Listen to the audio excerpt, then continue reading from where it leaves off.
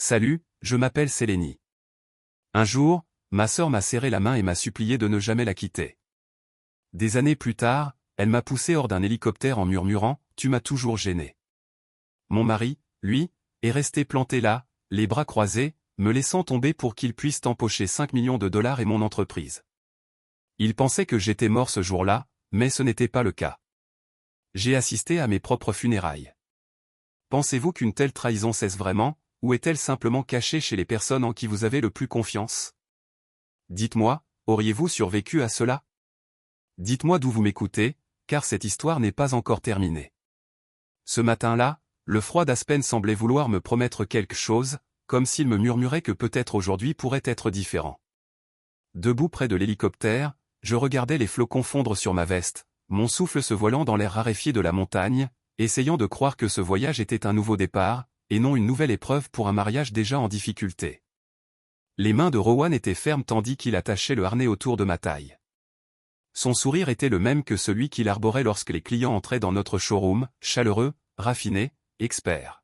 « Joyeux anniversaire », dit-il en déposant un rapide baiser sur ma joue. J'essayais de capter la chaleur, de la laisser pénétrer, mais le vent était trop fort. Milus était là aussi. Son parfum, assez puissant pour couvrir le parfum de pin, m'enveloppait tandis qu'elle me serrait fort. « Tu mérites cette journée, Céline », murmura-t-elle d'une voix chaleureuse, ses yeux se détournant trop vite lorsqu'elle recula. Ses cheveux étaient impeccables, son rouge à lèvres d'un rouge profond qui faisait paraître ses dents incroyablement blanches lorsqu'elle souriait à l'objectif qu'elle tenait déjà. Les pales se mirent à tourner, fendant l'air et tirant sur les boucles que je n'avais pas pris la peine de dompter ce matin-là. Je grimpai, m'installai dans le siège et jetai un coup d'œil à Rowan et Milus qui se glissèrent à mes côtés, les genoux frôlants, leur sourire braqué sur tout sauf sur moi. Le pilote leva le pouce et, avec un frisson, nous décollâmes. Il y a quelque chose dans le fait de voir le monde d'en haut qui m'a toujours fait croire aux possibilités. Les arbres en contrebas étaient couverts de poussière blanche, les rivières, telles des fils d'argent, les traversaient. Je voulais croire que c'était un pas vers quelque chose de meilleur. La main de Rowan effleura la mienne sur le siège, et pendant une seconde, je me dis que peut-être on pourrait réparer ce qui était cassé. Mais Milus me jeta un coup d'œil par-dessus son épaule, et il n'y avait aucune chaleur dans ses yeux. Je me détournai, me concentrant sur le paysage, faisant comme si je n'avais pas vu le calcul froid qui s'y trouvait. L'hélicoptère s'est incliné à gauche, nous offrant une vue imprenable sur les montagnes. Milus a levé son téléphone et l'a tourné vers Rowan et moi. « Souriez pour la famille, Paige », a-t-elle dit d'une voix trop claire. Elle s'est penchée plus près, inclinant l'appareil photo, ses cheveux effleurant ma joue. J'essayais de sourire, mais le visage de Rowan était un masque indéchiffrable, ses yeux ne rencontrant pas les miens. Mon estomac se serra tandis que je forçais les commissures de mes lèvres à se relever, une performance creuse. Le ronronnement du moteur était un battement régulier dans ma poitrine, masquant les battements de mon cœur tandis que Milus s'approchait au plus près qu'il ne le fallait pour une photo. Son téléphone tomba à ses côtés, ses lèvres près de mon oreille. « Tu m'as toujours gêné », murmura-t-elle. Il me fallut une seconde pour que les mots me parviennent, une seconde pour assimiler la froideur de sa voix, avant que sa main ne se pose sur mon épaule. J'ai vu Rowan, les bras croisés, penché en arrière, le visage impassible. Il ne bougeait pas. Il ne bronchait même pas. J'avais envie de crier, mais le vent me l'arracha sous la poussée de Milus, et le monde bascula violemment. J'ai vu son rouge à lèvres se dessiner en un petit sourire satisfait tandis que je tombais en arrière le blanc de la neige et du ciel m'engloutissant dans ma chute. Le rugissement du rotor se transforma en un sourd « bam, bam, bam » qui reflétait la panique dans ma poitrine. L'air était âcre contre ma peau, mes cheveux fouettaient mon visage tandis que je tombais. Le temps se fragmentait, le souvenir des mains de ma mère me tressant les cheveux avant mon premier jour d'école, la lueur de l'enseigne ouverte de la boutique que j'avais construite de toutes pièces.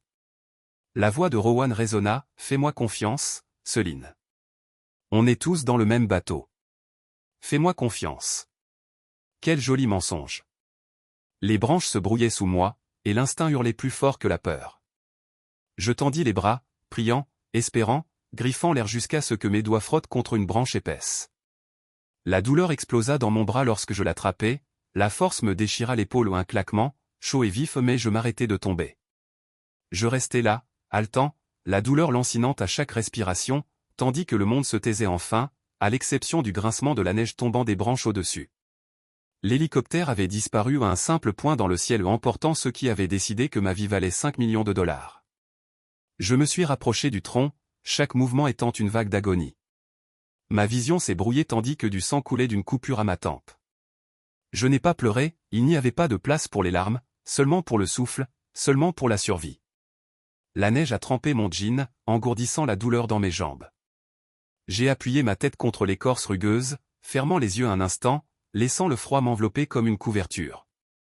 J'avais envie de dormir, de laisser tout cela s'estomper, mais les mots me sont sortis doux et crus ou une promesse faite à moi-même, pas aujourd'hui. J'ai fermé les yeux un instant, laissant le froid engourdir la douleur, avant de réaliser que je devais bouger. Ce n'était pas vraiment du courage, mais une voix douce et obstinée qui me rappelait que rester allongé ici leur permettrait de gagner. La neige autour de moi était tachée de rose, là où le sang avait imprégné la neige, et je me forçais à l'inspecter. Mon souffle se voilait tandis que j'aspirais par petites gorgées.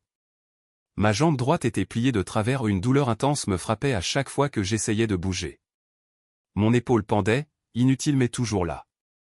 Mes doigts tremblaient tandis que je les pressais contre le sol, cherchant quelque chose de solide à saisir, murmurant les mots que ma mère disait quand le monde se refermait sur elle, « Tu n'as pas le droit d'abandonner, Céline. » Lentement, centimètre par centimètre, je me suis relevé, le sol glacé mordant mes paumes.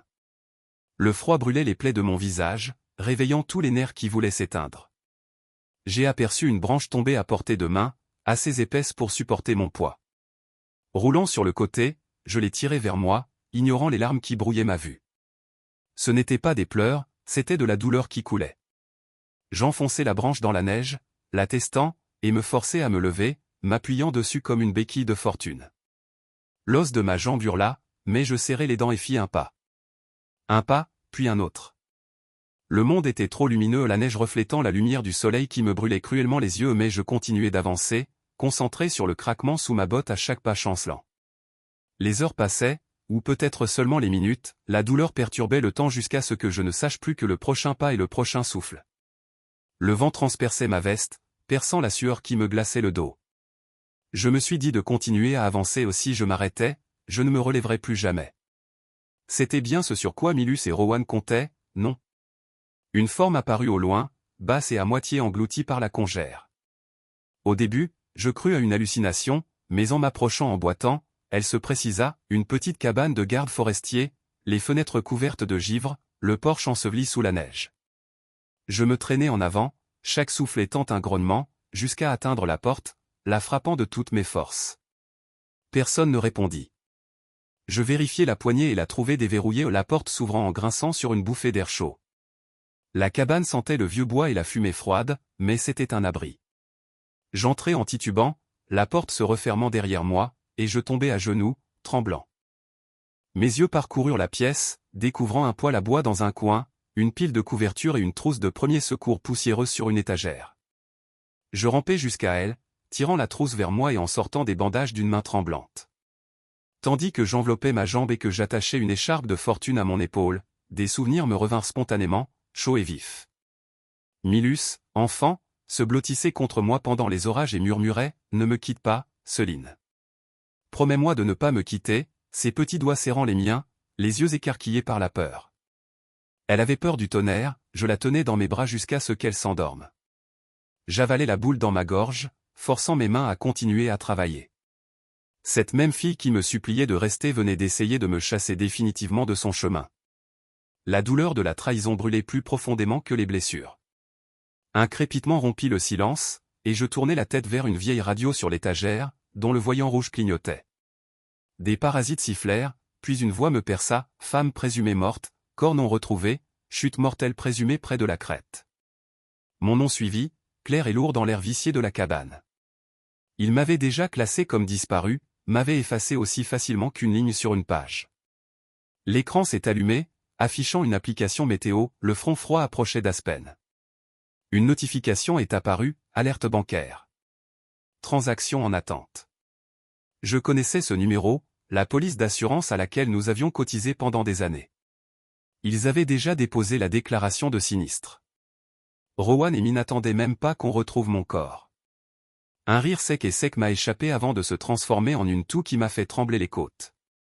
Mes larmes s'asséchèrent, laissant mes yeux douloureux et irrités. Il me croit mort, murmurai-je à la pièce vide, m'agrippant au bord du comptoir pour garder l'équilibre. Qu'il le croit. Je tirai un lourd manteau de rangée de la patère près de la porte, l'odeur de pain et de vieille fumée m'enveloppant comme une armure.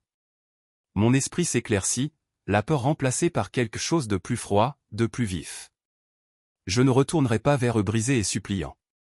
Je retournerai prêt. La voix de Vera me parvint alors, claire comme si elle se tenait à mes côtés. Appelle-moi si le monde brûle, Céline.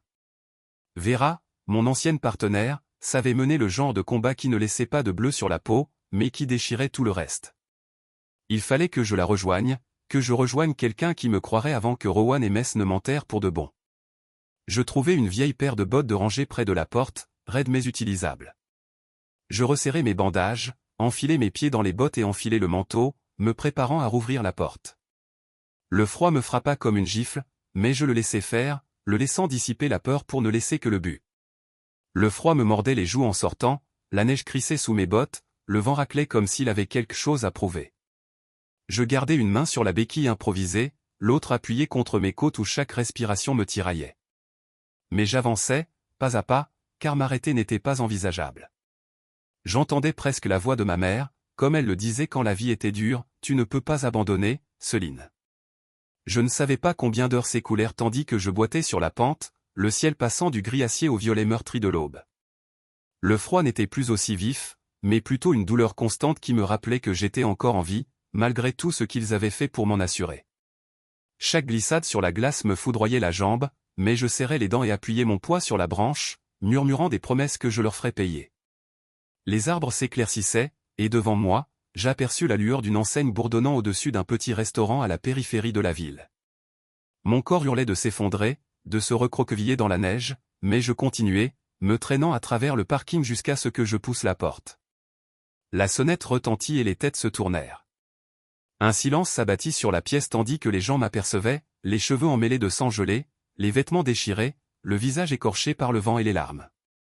Une serveuse adolescente s'avança prudemment, les yeux écarquillés. « Madame, avez-vous besoin d'aide ?» Je ne répondis pas. Je la dépassai simplement et m'effondrai dans un box d'angle, le siège en vinyle froid contre mon dos. J'avais le souffle court et saccadé tandis que je scrutais la pièce, cherchant quelque chose, n'importe quoi, pour m'ancrer. Mon regard se posa sur la cabine téléphonique près des toilettes, sa surface métallique rayée et cabossée par des années d'utilisation. C'était le genre d'endroit où l'on ne posait pas de questions si on avait besoin de l'utiliser. J'ai fouillé dans la poche de mon manteau de garde forestier et j'en ai sorti quelques pièces, forçant mes doigts tremblants à les insérer. La tonalité était une bouée de sauvetage. J'ai composé le numéro de mémoire, le front appuyé contre le mur pendant la sonnerie. Vera. Ma voix était rauque lorsqu'elle répondit. C'est moi. Il y eut un silence, une inspiration brusque. Céline. Seigneur. Ils ont dit que tu étais. Je sais ce qu'ils ont dit. Écoute-moi. J'ai besoin d'aide. D'aide discrète. J'arrive. Sa voix était posée, comme toujours, et pendant un instant, je pus respirer à nouveau. J'ai raccroché et me suis retourné juste au moment où la télévision installée dans un coin passait à un reportage local. Les mots en bas de l'écran me donnaient un vertige, la PDG locale Solène Thorne, portée disparue, présumée morte dans un accident d'hélicoptère. J'ai regardé, figé, les images de Rowan debout à un podium, Mess à ses côtés, le visage enfoui dans son épaule tandis qu'il la prenait dans ses bras.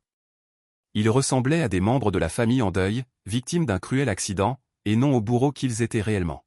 « Veuillez respecter notre vie privée en cette période difficile », dit Rowan au micro, sa voix brisée d'une sincérité que j'avais autrefois crue sincère. Mess releva la tête, le mascara dégoulinant sur ses joues, tremblant en s'accrochant à lui. Derrière eux, le logo de mon entreprise se dressait fièrement en l'entreprise que j'avais bâtie à la sueur de mon front pendant qu'il faisait semblant de me pleurer. Un rire sec m'échappa, et un homme dans la cabine voisine me lança un regard avant de détourner rapidement le regard. J'enfonçai mes ongles dans ma paume, me rapprochant du sol. Qu'ils pleurent leurs larmes de crocodile devant les caméras. Qu'ils croient avoir gagné. La cloche au-dessus de la porte tinta de nouveau, et Vera entra, scrutant le restaurant jusqu'à ce que son regard se pose sur moi. Elle traversa rapidement la pièce, son manteau encore couvert de neige, et se glissa dans la banquette en face de moi. « Mon Dieu, Céline, dit-elle en tendant la main, mais je me reculai, pas encore prêt à être réconforté. J'ai besoin de voir les comptes, dis-je. Elle hocha la tête, sortit son ordinateur portable et se connecta au Wi-Fi du restaurant avec une aisance naturelle. Nous travaillâmes en silence, le murmure des conversations autour de nous faisant fondre au bruit des touches tandis qu'elle accédait à la page des fonds d'urgence de l'entreprise. Ils ont tout déplacé, murmura-t-elle en tournant l'écran vers moi. Transférez sous votre signature une note laissée sur place stipulant qu'en cas de disparition, les fonds assureront la continuité de l'entreprise. Ma poitrine se serra, non pas de douleur, mais de réalisation de la minutie avec laquelle ils avaient tout planifié. Ils ne se contentaient pas de me voler ma vie, ils faisaient croire que je la leur avais donnée de plein gré. Vera hésita. Il y a autre chose. Ils ont lancé des rumeurs, Céline. Les médias insinuent que tu étais instable avant l'accident. Ils te présentent comme paranoïaque, disant que tu as parlé de gens qui en voulaient à ta vie. Ils préparent le terrain. Je me suis adossé, laissant la réalité m'envahir, laissant la trahison s'embraser jusqu'à devenir un combustible. Ils veulent faire croire au monde que j'étais malade, que je me suis enfui, peut-être même que j'ai mis fin à mes jours. Vera a fermé l'ordinateur, le regard dur. Qu'est-ce que tu veux faire? J'ai serré les poings jusqu'à ce que mes articulations blanchissent. Ils croient avoir gagné. J'ai croisé le regard de Vera, ferme et inflexible. On va tout reprendre. Et s'ils veulent des funérailles, je leur en ferai des inoubliables. Je me tenais devant le funérarium, la robe noire de Vera lui moulant la peau, l'air froid caressant mes bras nus comme pour me mettre au défi de faire demi-tour. J'ai ajusté le décolleté, fixant mon reflet dans la vitre obscure, cherchant la femme qu'il pensait avoir enterrée sous la neige. Mon souffle embuait la vitre tandis que je murmurais, « Tu n'as pas le droit d'abandonner. » C'était le début de l'après-midi. Le vent était violent, le ciel d'un bleu pâle qui donnait au monde un air trop propre pour les mensonges qui l'attendaient. J'ai pris une dernière inspiration et poussé la porte, pénétrant dans le parfum des lys et de l'eau de Cologne bon marché. Un silence s'est installé comme un verre tombé. Les conversations se sont interrompues au milieu d'une phrase. Les têtes se sont tournées, les appareils photos ont craqué, des exclamations ont résonné dans les rangées de sièges tandis que les gens se retournaient pour apercevoir le fantôme qu'ils croyaient pleurer. Mi sanglotait, son mouchoir figé à mi-chemin de son visage, les yeux écarquillés et immobiles. Rowan se tenait à l'estrade, la bouche ouverte, un mot qui ne venait jamais. Un journaliste au fond a crié, « C'est elle? C'est Solène Thorne ?»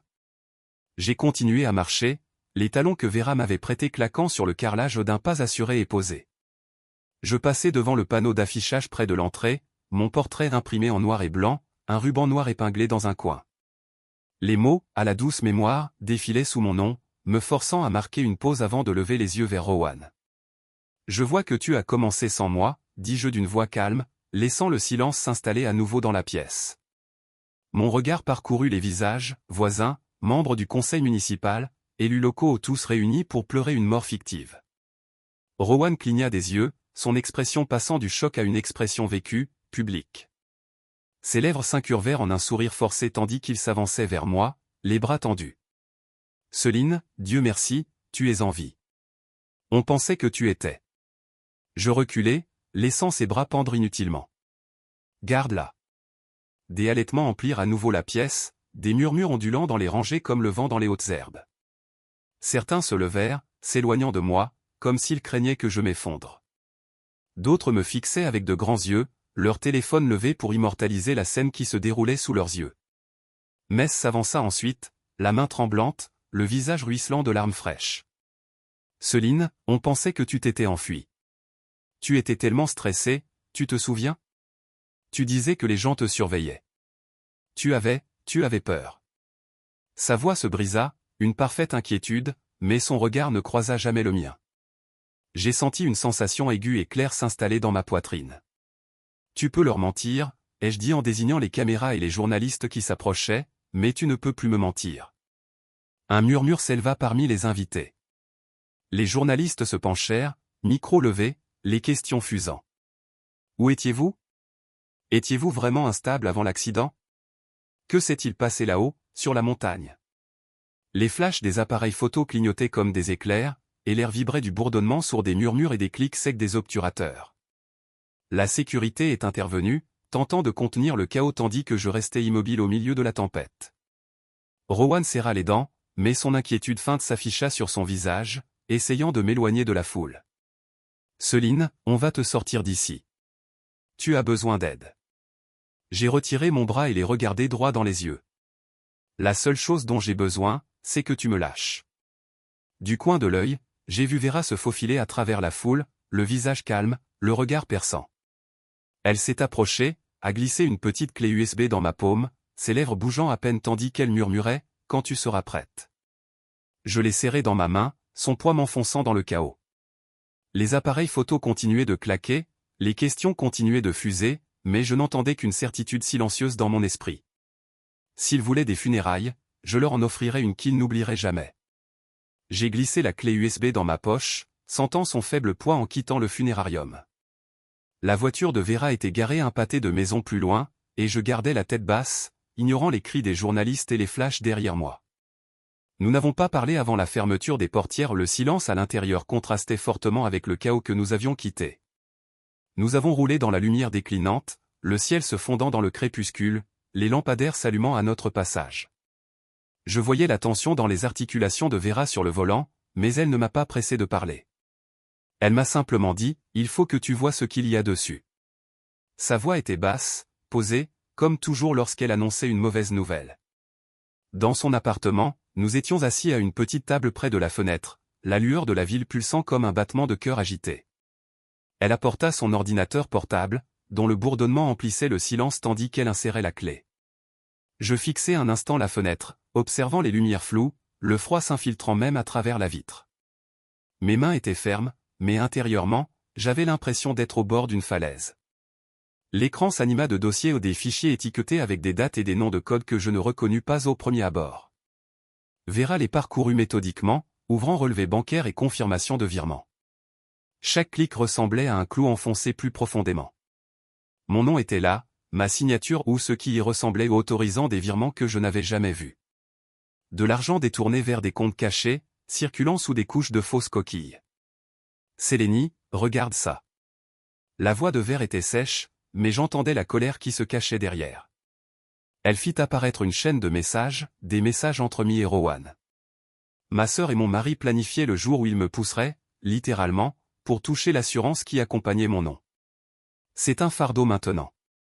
On ne peut pas la laisser tout gâcher, disait Rowan à l'écran. J'avais l'impression d'être à nouveau poussé, cette fois sans le vent qui me fouettait le visage pour me distraire. Mon souffle s'est arrêté, mes mains ont tremblé, mais mon visage est resté froid. Je l'ai lu 2 fois, puis une 3e, laissant la trahison s'imprimer dans ma mémoire. Ils avaient tout planifié. Ma voix était basse, mais ses accents étaient suffisamment tranchants pour transpercer la pièce. Vera n'a pas répondu, s'est contentée de prendre son téléphone et d'appeler son amie avocate. Nous pouvons geler vos comptes partagés, a-t-elle dit après avoir raccroché. Commencez les démarches pour reprendre le contrôle de l'entreprise avant qu'il ne vide tout.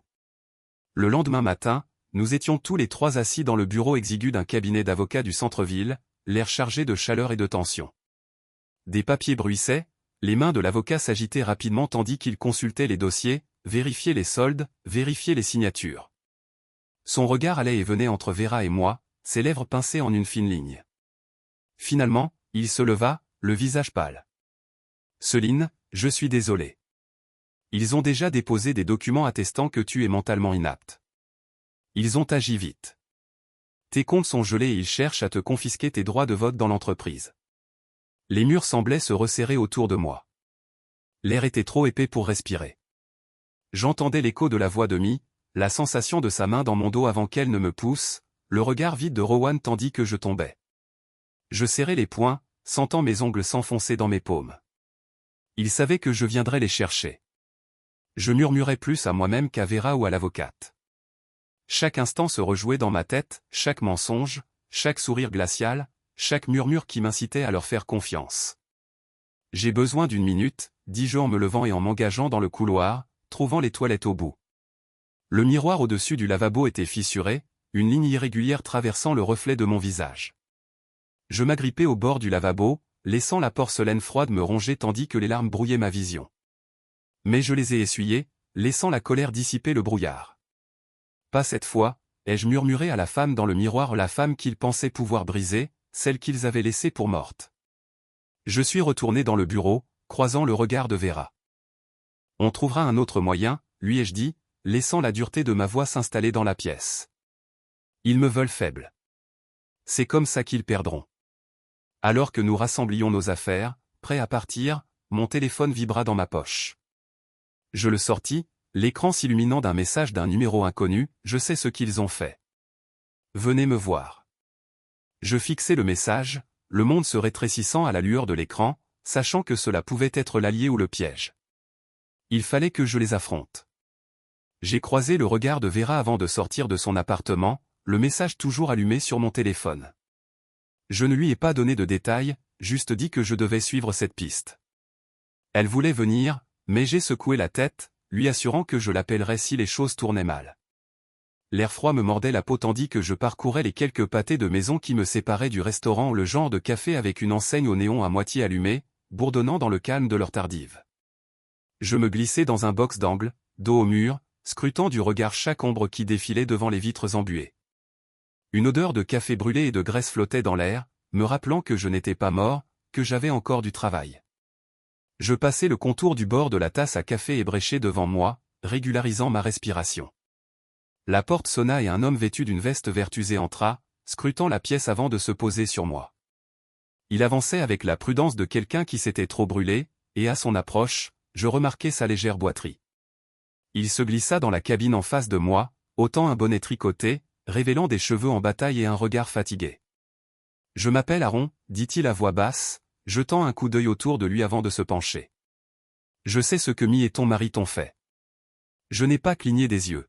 « Comment ?» Il expira en se frottant la mâchoire. « Je travaillais pour Mi. J'ai été assez stupide pour croire que je l'aimais. Elle s'est servie de moi, m'a largué quand elle n'avait plus besoin de moi. Mais avant, j'avais conservé des copies de des choses qui la brûleraient si elle voyait le jour. Je l'observais, cherchant le mensonge. Pourquoi maintenant? Pourquoi moi? Ses yeux se posèrent sur la table, ses doigts grattant une fissure dans le formica. Parce que j'ai vu comment elle détruisait les gens et s'en allait en souriant. Je pensais pouvoir l'ignorer, vivre avec. Mais quand j'ai vu ton visage aux informations, quand j'ai entendu ce qu'il disait de toi, je n'ai plus pu. Je ne lui faisais pas confiance. Mais je le croyais. Ou peut-être que je voulais juste le croire parce que j'avais besoin de quelque chose, n'importe quoi, pour renverser la situation. Il sortit une petite clé de sa poche et me la glissa. Il y a un garde-meuble à 2 rues d'ici. Tout y est, de faux dossiers médicaux, des formulaires d'assurance, et même des emails entre elle et votre mari sur la façon dont il vous traiterait. Le mot « poignée » m'a fait serrer la clé plus fort que prévu. Je l'ai glissée dans ma poche, les yeux toujours rivés sur les siens. Pourquoi m'aider, Aaron? Tu sais de quoi elle est capable. Il laissa échapper un rire creux. Oui, c'est vrai. Mais j'en ai peut-être fini d'être un lâche. J'ai laissé un peu d'argent sur la table et je suis resté debout, sentant tous les regards du restaurant braqués sur moi tandis que nous avancions à nouveau dans le froid. Vera nous a rejoint un pâté de maison plus loin, sa voiture tournant au ralenti sous un lampadaire, les gaz d'échappement embuant l'air glacial. Nous n'avons pas beaucoup parlé pendant le trajet jusqu'au local de stockage, le vrombissement des pneus sur la chaussée mouillée étant notre seul bruit. À l'intérieur, les néons clignotaient tandis que je tournais la clé, ouvrant la porte métallique dans un grincement. Des cartons soigneusement empilés, étiquetés avec des dates et des noms qui me faisaient monter la bile. L'écriture de Mélie était omniprésente, son écriture soignée se moquant de moi à travers les étiquettes, dossiers sur ma santé, faux diagnostics, ses plans pour me faire passer pour instable afin d'obtenir l'indemnisation. Vera halta en feuilletant un des dossiers. Céline, c'est suffisant pour les enterrer. Je n'ai pas pu répondre. Mon téléphone a vibré, l'écran s'est illuminé avec une demande d'appel vidéo. C'était elle. J'ai appuyé sur « Accepter », tenant le téléphone à bout de bras, tandis que le visage de Mélie occupait l'écran, calme et posé, d'une manière qui me donnait la chair de poule. « Eh bien, regarde-toi », ronronna-t-elle en penchant la tête. « Tu fouilles là où tu ne devrais pas. »« Tu sais où je suis ?» demandai-je d'une voix ferme, même si mon pouls battait fort. Elle eut un sourire narquois, le regard froid et fixe. « Bien sûr que oui. Tu crois avoir gagné quelque chose, Céline? Tu te crois intelligente? Tu as toujours été si fragile. C'est adorable que tu penses pouvoir me combattre. Tu as essayé de me tuer. Son sourire ne faiblit pas, attention à ce que tu dis. J'ai encore des amis haut placés. Et si tu envisages de rendre ça public, elle désigna les cartons derrière moi, je ferai en sorte que le monde entier voit tous les vilains petits secrets que tu as essayé de cacher. Tu crois vraiment qu'ils te soutiendront une fois qu'ils sauront tout? L'appel s'est terminé avant que je puisse répondre, me laissant fixer mon reflet sur l'écran noir.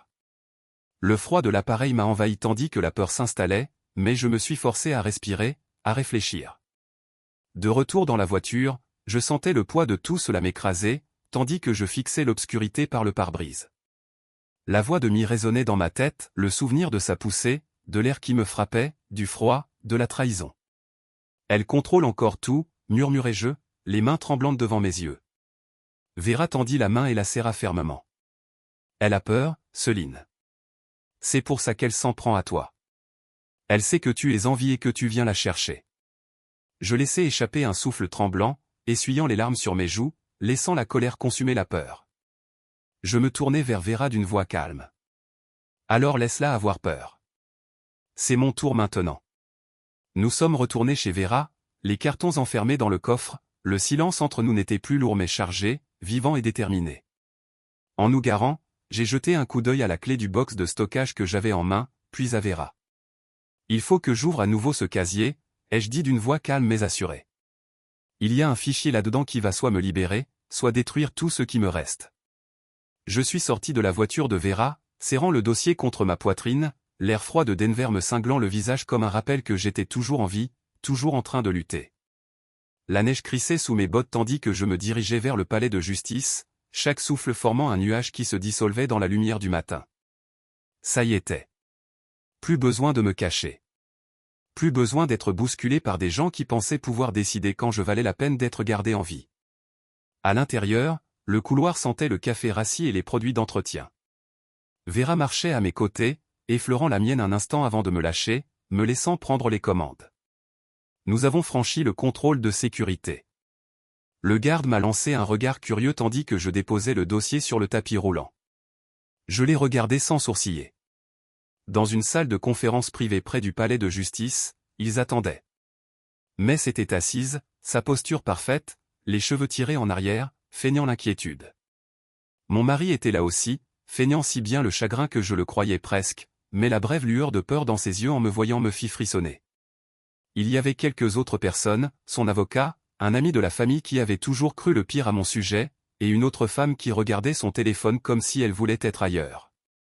Je refermai la porte derrière moi, le clic fut si fort qu'il fit tourner toutes les têtes. Je ne pris pas la peine de m'asseoir. Je laissai tomber le dossier sur la table, le son strident dans le silence. Céline, commença mon mari en se levant comme s'il allait m'embrasser comme dans un film de retrouvailles. Je levai la main. Non.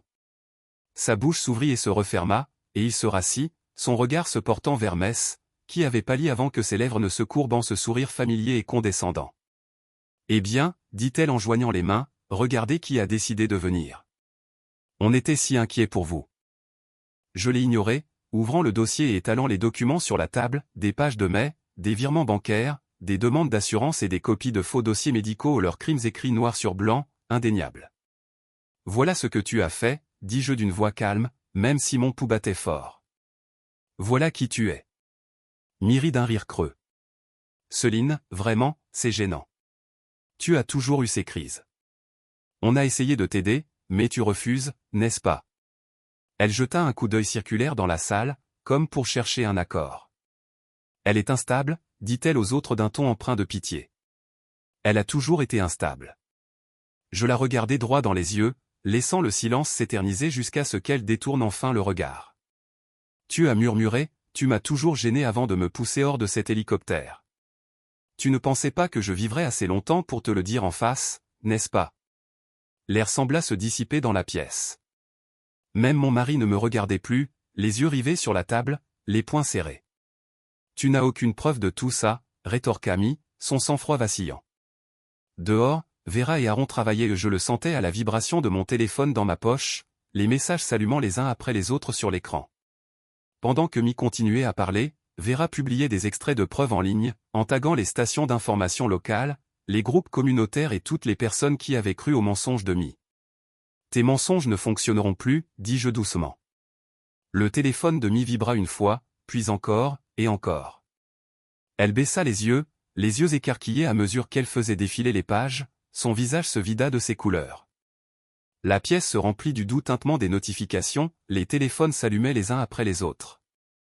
L'avocat de mon mari s'éclaircit la gorge, jetant un coup d'œil à lui, puis à Mi, avant de tourner son regard vers moi avec une expression qui ressemblait presque à du respect. L'ami de la famille, qui m'avait toujours détesté, s'agita, mal à l'aise, sur sa chaise. Les mains de Mi tremblaient tandis qu'elle serrait son téléphone, son regard errant comme un animal acculé. « Tu crois que c'est fini » siffla-t-elle, se relevant si vite que sa chaise s'écroula derrière elle. Je me suis approché, la voix posée. « Non, ça ne fait que commencer. » Elle me fusilla du regard, la mâchoire crispée, mais elle ne trouvait pas les mots. Pour une fois, elle n'avait rien à raconter, rien derrière quoi se cacher. Je pris le dossier, rassemblant les pages lentement, prudemment, pour m'assurer qu'elle comprenne que j'avais le contrôle maintenant, que je n'avais plus peur d'elle. En sortant dans l'air mordant, le froid ne me semblait pas une punition cette fois. C'était comme une sensation de liberté au pur et net, effaçant la peur et les années passées à les laisser décider qui j'avais le droit d'être. Mon téléphone vibra de nouveau, mais je ne le consultai pas immédiatement. Pour la première fois depuis longtemps, je sentis le sol ferme sous mes pieds, l'air dans mes poumons en vivant. Je savais que le combat n'était pas encore terminé, mais j'étais prêt. Alors que je franchissais les portes du tribunal, l'air froid du matin me frappa violemment, me donnant un aperçu de ce qui m'attendait. Une foule s'était formée, journalistes se bousculant, flash d'appareils photo allumés, téléphone levé au ciel, enregistrant chaque seconde de ma marche dans la lumière du jour. Je serrai le dossier contre ma poitrine, inspirant profondément, me rappelant pourquoi je devais continuer, pourquoi je ne pouvais pas les laisser me réduire au silence une fois de plus. Les murmures s'amplifièrent à mesure que j'avançais. J'en percevais des bribes, c'est elle ? Elle est vivante ? Que se passe-t-il ? Mes mains tremblèrent une seconde avant que je les serre, régularisant ma respiration. C'était plus grand que moi maintenant. Il s'agissait de tous ceux qui avaient été mis de côté, traités de moins que rien, forcés de sourire pendant que des gens comme Mi et Rowan leur volaient tout. Au moment où je commençais à trouver mon rythme, les téléphones ont commencé à vibrer autour de moi, les notifications illuminant les écrans, les visages se tournant les uns vers les autres avec confusion. Vera était à mes côtés, son téléphone à la main, ses yeux scrutant les gros titres qui commençaient à affluer. « Céline, dit-elle doucement, ils essaient de faire tourner les choses en bourrique. » Mi avait réagi rapidement. Des alertes ont surgi, montrant de faux documents portant ma signature falsifiée, affirmant que j'avais détourné l'argent de l'entreprise vers des comptes privés. Les gros titres m'accusaient d'être instable, une imposture, une femme qui avait simulé sa propre mort pour couvrir ses crimes. Mon nom était à la mode, mais pour de mauvaises raisons. L'espace d'un battement de cœur, la peur que j'avais tant lutté pour enfouir a refait surface, froide et familière, la peur de ne pas être entendu, de tout perdre à nouveau, de les voir prendre ce qui m'appartenait tout en me souriant au visage. J'ai baissé les yeux, mon reflet vacillant dans une flaque à mes pieds, et j'ai vu la femme qu'ils avaient essayé de rendre brisée, silencieuse, facile à effacer. « Tu es prête » murmura Vera à côté de moi. Je levai les yeux vers elle, vers les gens qui attendaient, vers les caméras qui continuaient d'enregistrer. J'ai sorti mon téléphone de ma poche et je l'ai serré si fort que mes jointures m'ont brûlé. « Ouais » ai-je dit en relevant la tête. « Je suis prêt. » Nous nous sommes dirigés vers les marches tandis que la foule se séparait. Vera a connecté mon téléphone au petit projecteur portable que nous avions préparé, et l'image a clignoté sur le mur du palais de justice. Les gens se sont retournés, les yeux écarquillés, tandis que la vidéo commençait. Il y avait Mi, riant devant un verre de vin, la voix pâteuse tandis qu'elle se penchait vers l'objectif. Elle a toujours été gênante, dit-elle en faisant teinter son verre avec une joie déconcertante. Elle n'avait rien vu venir. Il suffisait d'une simple pression ou de l'argent facile. Leur visage était clair, leurs mots sans équivoque. La vérité mise à nu, à la vue de tous. Un cri de surprise parcourut la foule. Les téléphones se levèrent, capturant chaque seconde, diffusant en direct. Certains se couvraient la bouche, d'autres criaient d'incrédulité, la vague de prise de conscience se propageait comme une traînée de poudre. J'ai vu les gens regarder leurs écrans, puis la vidéo. Je les voyais comprendre. Depuis le bord de la foule, j'ai vu les hommes de mi tenter de se frayer un chemin, criant pour que la vidéo soit retirée, pour que les gens arrêtent de filmer. Mais c'était trop tard, le bruit était déjà partout. Soudain, Mi était là, le visage rouge, le regard hagard, tandis qu'elle se jetait sur moi en hurlant « Tu as tout gâché !» Sa voix se brisa, rauque de rage, son image soigneusement construite se brisant à chaque pas. La sécurité s'empressa de la retenir tandis qu'elle donnait des coups de pied et hurlait, ses menaces déchirant l'air froid. « Je vais te détruire » hurla-t-elle. « Tu crois avoir gagné ?» Je restais immobile tandis que le chaos autour de moi se transformait en un tunnel silencieux. Je la regardais lutter, son pouvoir lui échappait. Je n'éprouvais ni pitié ni peur. Je me sentais simplement libre. Des voix se mirent à scander mon nom, les gens applaudissaient, certains tendant la main pour me toucher l'épaule en passant. Les larmes me piquaient les yeux, mais je refusais de les laisser couler ni ici, ni maintenant. J'ai relevé la tête, laissant la vérité s'installer autour de nous. L'air de Denver était vif et mordant, me débarrassant du poids que j'avais porté trop longtemps. Tandis que la sécurité emmenait Mi, une journaliste s'avança, son micro tremblant légèrement, et s'écria « Céline, que vas-tu faire maintenant que la vérité a éclaté ?» Je m'arrêtai, me retournai pour la regarder, puis les gens autour de nous leurs visages emplis d'espoir, de curiosité, d'incrédulité. Un petit sourire las se dessina sur mes lèvres. « Maintenant, dis-je d'une voix ferme et claire, qui résonnait dans la foule, je vis. » Pour la première fois depuis ce qui m'a semblé une éternité, j'ai ouvert les yeux et trouvé le silence. La silhouette de la ville clignotait à travers la fenêtre, la lumière matinale de Denver baignant les bâtiments d'une douce lueur indulgente.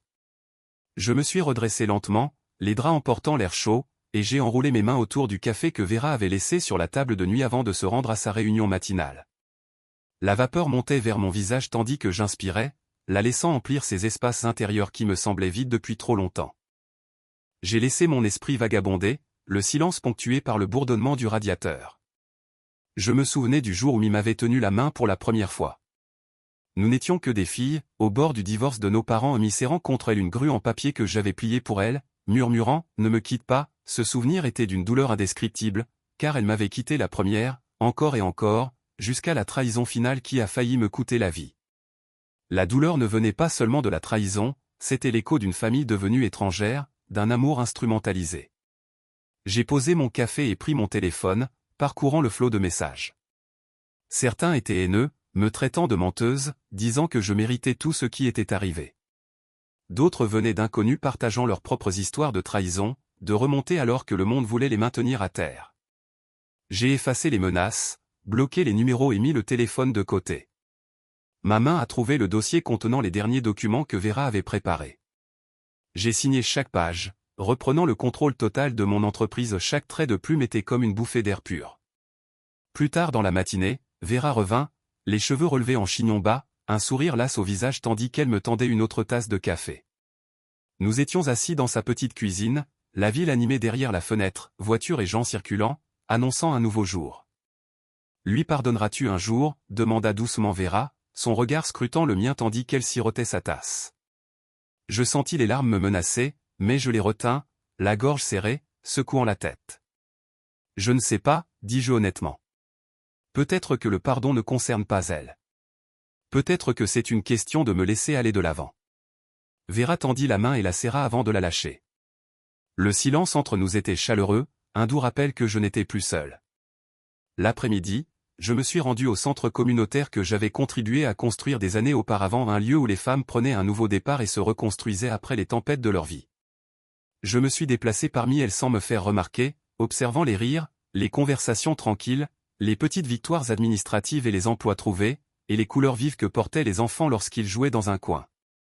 C'était une sensation agréable de me tenir là et de voir ces femmes se retrouver, petit à petit. Une petite fille, pas plus de 6 ans, aux cheveux bouclés et aux grands yeux marrons, tirait sur mon manteau. Elle brandissait une grue en papier, les ailes soigneusement repliées, les bords légèrement irréguliers. « Pour l'espoir », dit-elle timidement en me la posant dans la main avant de retourner précipitamment vers sa mère. Je fermai les yeux un instant, le papier doux dans ma paume, me remémorant le jour où j'avais fabriqué une grue, lui répétant le même mot, espoir. Le cercle n'était pas parfait, mais c'était suffisant. En retraversant la ville alors que le soleil commençait à se coucher, je ressentais chaque pas comme une promesse que je me faisais à moi-même. La confiance ne reviendrait peut-être jamais complètement, et certaines blessures seraient plus longues à guérir que d'autres. Mais j'étais en vie. J'étais libre, et j'étais assez forte pour continuer d'avancer sans craindre d'être à nouveau réduite au silence. Je me suis arrêté à l'orée tranquille d'un petit parc, j'ai sorti mon téléphone et j'ai braqué l'appareil photo vers moi. Mon reflet me regardait au plus âgé, plus sage, portant encore les ombres de ce que j'avais survécu, mais avec une lueur dans les yeux qui m'avait trop longtemps manqué. « Avez-vous déjà survécu à une telle chose ?» demandai-je doucement, laissant mes mots se poser dans le silence. « Raconte-moi ton histoire. » Je lus chaque histoire. J'arrêtai l'enregistrement, glissai le téléphone dans ma poche et me tournai vers les lumières vives de la rue. L'air était froid mais frais, et je le laissais emplir mes poumons tandis que je faisais un pas de plus, puis un autre, chaque pas plus léger que le précédent.